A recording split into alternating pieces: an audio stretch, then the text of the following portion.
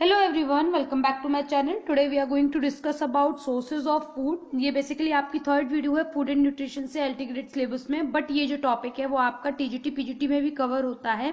और आपके इससे पहले मैं न्यूट्रिशन फूड एंड न्यूट्रिशन में आपकी सोर्सेज ऑफ फूड अभी करा रही हूँ। इससे पहले मैंने आपका फूड ग्रुप्स को कंप्लीट करा दिया है, और उससे पहले मैंने आपकी एक और वीडियो अपलोड की थी जो कि आपकी हिस्ट्री ऑफ न्यूट्रिशन से रिलेटेड थी कि वो कब किसने कहाँ कैसे खोज की थी, किस चीज की कब खोज की गई थी, किस वैज्ञानिक के द्वारा की गई थी। जैसे कि विटामिन सी, आयोडाइड सॉल्ट की आपकी, और विटामिन सी की, इन सारी चीजों की लेवोइजर ने क्या किया था, इन सभी चीजों को हम डिस्कस कर चुके हैं। अगर आपने अभी तक वो वीडियो नहीं देखी है तो प्लीज चेक कीजिएगा, क्योंकि वो दोनों ही वीडियोस जो थी वो काफी इंपॉर्टेंट थी और उनसे आपका पेपर में काफी क्वेश्चंस पूछे जाते हैं। अभी हम लोग बात कर लेते हैं सोर्सेज ऑफ फूड के बारे में।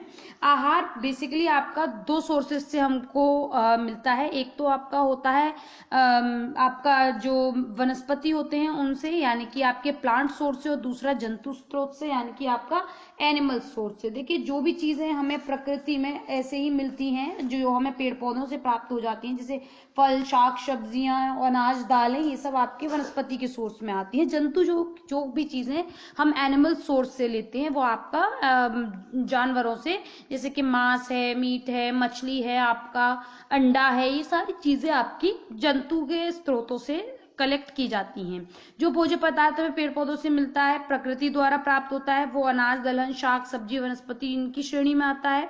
भोज्य पदार्थ ये शाकाहार की शाखा में रखा जाता है, जिन्हें हम कच्चा या फिर पकाकर भी खा सकते हैं, और ये किसी भी रूप में खाया जा सकता है। इन भोज्य पदार्थों में हमें कार्बोहाइड्रेट, प्रोटीन, फैट, आपका फाइबर, वाटर, विटामिन्स, मिनरल्स और ये सारे आपके जो न्यूट्रिएंट्स हैं वो मिल जाते हैं। लेकिन ये जो फूड होते हैं जो आपके वनस्पति से प्राप्त होते हैं, उनकी बायोलॉजिकल वैल्यू कम होती है। बायोलॉजिकल वैल्यू क्या होती है, ये सारी चीजों का ये जो टॉपिक है मैं प्रीवियस वीडियोस में भी बता चुकी हूँ, और आपका पीजीटी में भी लास्ट जो आपका पीजीटी हुआ है उसमें भी इससे रिलेटेड आपके क्वेश्चंस पूछे गए थे। वही जो भोज्य पदार्थ हमें जानवरों या पशुओं से मिलता है, जिनकी biological value as compare to आपकी जो वनस्पति होती हैं, वनस्पति खाद्य पदार्थ, उनसे ज्यादा होती है। हम इनमें पशु से प्राप्त सारी चीजें जैसे दूध, अंडा, मांस, मछली, इन सभी को इंक्लूड करते हैं। ये भोज्य पदार्थ मांसाहार की श्रेणी में आते हैं। ये प्रोटीन का अच्छा सोर्स होते हैं। बेसिकली अगर हम देखें, डिवीजन देखें इन सारी बातों का, तो सोर्सेज जो है वो दो टाइप के होते हैं। ब्रॉडली डिवाइड करें तो एक तो आपका हो गया वनस्पति जन्य, दूसरा पशुजन्य। तो वनस्पति में आपके अनाज, दालें, कंदमूल, फल, सब्जी, चीनी, गुड़, सूखे मेवे, औषधियां आती हैं। जबकि आपकी जो एनिमल सोर्सेज है उनमें अंडा, दूध, मांस, मछली, ये सारी चीजों को इंक्लूड किया जाता है। अगर हम भोजन के कार्य के बारे में अब बात करें तो हमारे जीवन में बेसिक 3 काम को ये करता है। एक तो हमारी फिजिकल जितनी भी एक्टिविटीज होती हैं, ग्रोथ होती है, उन सभी की हेल्प के लिए फूड बहुत जरूरी होता है। फिर उसके बाद है आपके मनोवैज्ञानिक कार्य, यानी कि आपके मेंटल हेल्थ के लिए भी बहुत जरूरी है। और तीसरा सामाजिक कार्य, यानी कि आपके सोशल वर्क्स में भी आपका फूड का इंपॉर्टेंट रोल होता है। कैसे कैसे होता है वो हम आगे देखते हैं। देखिए, फिजिकल फंक्शंस में क्या करता है, शरीर को स्वस्थ बनाए रखने के लिए सबसे बड़ा मुख्य स्रोत है। शरीर में उचित वृद्धि और विकास के लिए जरूरी होता है। शरीर को एक्टिव बनाने के लिए एनर्जी प्रोवाइड करता है, और बहुत सारे रोगों से लड़ने के लिए आपको एनर्जी प्रोवाइड करता है, या फिर आपके अंदर एंटीबॉडीज डेवलप करता है, इम्यून सिस्टम को डेवलप करता है फूड। अगर हम सामाजिक कार्य के बारे में बात करें तो भोजन हमारे सामाजिक संबंधों को बनाता है, हमारे सोशल रिलेशंस को बनाता है, उनमें जो घनिष्ठता है उनको उत्पन्न करता है। लगभग सारे ही जो सोशल वर्क होते हैं उनमें फूड का अपना एक इंपॉर्टेंट रोल होता है। चाहे वो किसी का जन्म हो, चाहे किसी का विवाह हो, मुंडन हो, नामकरण हो, जन्मदिन हो, इन सभी प्रोग्राम्स में क्या होता है, फूड एक मेन सोर्स होता है, मेन इंपॉर्टेंट पार्ट होता है।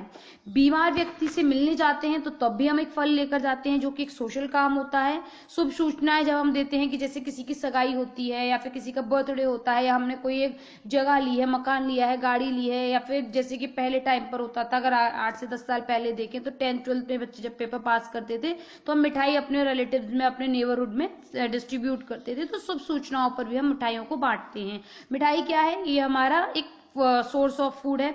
और जो आपकी शुभकामनाएं, बातें बताना है, वो क्या है, वो आपका सोशल वर्क है। तो इस तरीके से फूड हमारे सोशल वर्क में भी हेल्पफुल होता है। इस प्रकार खुश या दुख कोई भी मौका हो, सभी पर आपका जो भोजन है वो इंपॉर्टेंट रोल प्ले करता है। उसके बाद आता है आपका मनोवैज्ञानिक कार्य।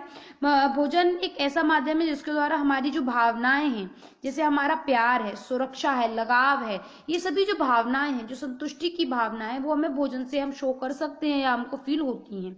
जब माँ बच्चे को मनपसंद खाना बनाती है तो उसको अपने बच्चे के प्रति प्यार और लगाव प्रदर्शित होता है। और इसी तरह से चिरपरिचित भोजन के अभाव में व्यक्ति को अकेलापन और असहाय महसूस होता है। जैसे कि एक अगर एक वेजिटेरियन पर्सन जब नॉन वेजिटेरियन टेबल पर बैठता है तो उसको अच्छा नहीं लगेगा, उसको मतलब बेकार लगेगा, उसे ऐसा लगेगा कि मैं क्या खाऊं। या फिर एक पंजाबी पर्सन को अगर आप कहीं और की थाली पर, साउथ इंडियन थाली पर बिठा देंगे तो उनको वो अच्छा नहीं लगेगा, क्योंकि दोनों की ही फूड हैबिट्स अलग अलग होती हैं। या फिर एक जो हेल्दी पर्सन है, जिसे कोई प्रॉब्लम नहीं है, जिसका कोलेस्ट्रॉल लेवल भी ठीक है, जिसका वेट भी ठीक है, जिसकी ब्लड प्रेशर आपका शुगर, ये सारी चीजें ठीक है, और उसको आप दाल का सूप और उसको अगर दलिया देंगे तो वो भी अच्छा नहीं लगेगा उसको, हम क्योंकि हेल्दी डाइट दे सकते हैं। और तो इस तरीके से जो आपका फूड है वो आपकी साइकोलॉजी को भी चेंज करता है, आपकी मूड स्विंग्स को भी चेंज कर देता है।